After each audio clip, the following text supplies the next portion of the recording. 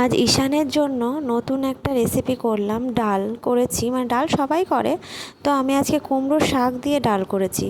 এটা মুসুরির ডাল আর কুমড়োর শাক। আমরা জানি না, আমরা অনেকেই জানি না কুমড়োর শাকের অনেক গুণ আছে।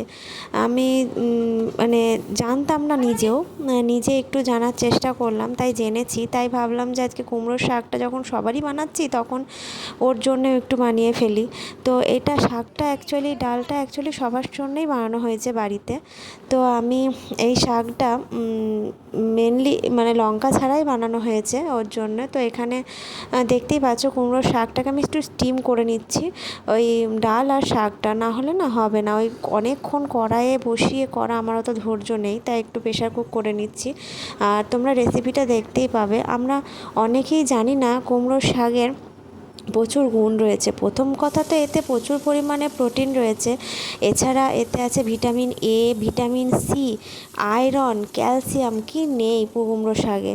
তো আমরা কুমড়ো শাক খেতে অনেকেই ভালোবাসি, কিন্তু কাটতে খুব বেজার হই।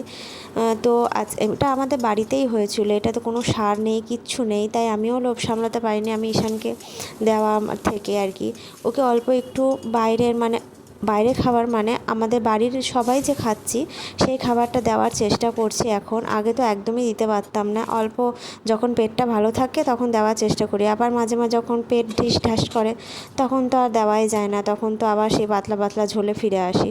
তো আজকে আমার এই রেসিপিটা অনেক করে দেখতে পারো। তোমাদের বাচ্চাদেরকেও মাঝে মধ্যে কিন্তু দিতে পারো। তবে হ্যাঁ, কাটতে একটু কষ্ট হয়, কিন্তু কাটলে পরে এর গুণের শেষ নেই। আর আমার শাশুড়ি মা এটা আর কি কেটে দিয়েছে।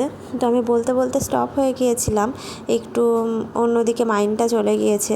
তো আমার ওই বাড়িতেই হয়েছিল এটা। তো আমি মা বললো এটা কেটে রাখি। তো কি করবে মা, বলছিল অন্যভাবে করতে। আমি দেখলাম না, অন্যভাবে করলে তো ঈশানকে দেওয়া যাবে না। তো এইভাবেই চলো যায় আজকে করি।